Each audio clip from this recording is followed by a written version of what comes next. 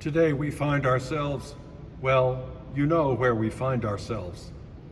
But let's suppose that it is late 1861, not late 2023. In 1861, this space was only 20 years old. And by late 1861, it had been requisitioned by the Union government, as had many such spaces.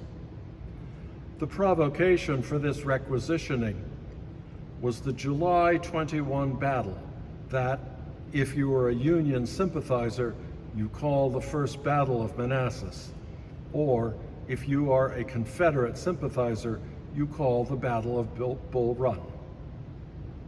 So imagine the space as a hospital. Imagine a platform of planks covering the pews. On the platform, imagine cots, tables of medical equipment, perhaps oil lamps for lighting the evening.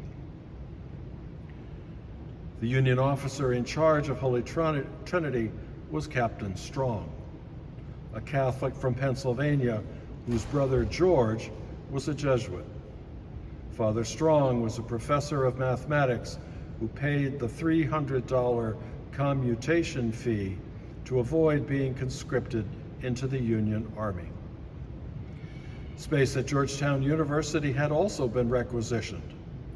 On May 4 of this same year, the Reverend John Early, S.J., the university president, authorized the 69th Regiment of New York to occupy certain university buildings. 1,400 soldiers, known as the Irish Regiment, moved onto campus on the same day.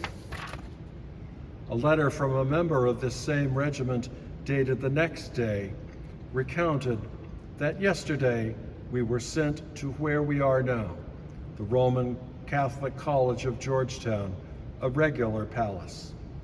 We do not know how soon we are to be ordered to Virginia, which state I am now looking at from my window, with only about 300 yards of water between us.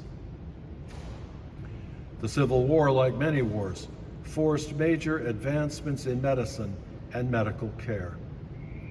At that time, science was shifting from the miasma theory of disease to the new germ theory of disease. The word miasma comes from the ancient Greek meaning pollution. The miasma theory asserted that infections were caused by bad air and emanating from rotting organic material. Medical people had noticed that the wounded convalesced more quickly in dry, light, well-aerated settings, especially in contrast to the overcrowded, dirty, wet, and muddy settings of military medical camps, especially those toward the front lines. It seems likely that Trinity, with its high ceilings and expansive windows, was such a place for convalescence. What must it have been like here? Women often served in these hospitals to wash and dress wounds, as well as prepare food and feed patients. One such woman was Louisa May Alcott, the author, who came from her home in Concord, Massachusetts, to undertake such work in what had been the Union Hotel and Tavern on the corner of 30th Street and M Street, where the Truist Bank now stands. The Hotel Tavern had been built in 1796, and like Holy Trinity, had been requisitioned as a hospital. Alcott recorded her experience at the Union Hospital in a book called Hospital Sketches. In it, she describes the scene on the streets outside. Long trains of army wagons kept up a perpetual rumble from morning until night. Ambulances rattled to and fro with busy surgeons, nurses taking an airing, or convalescents going in parties to be fitted for artificial limbs. Often a cart came by with several rough coffins in it, and no mourners following.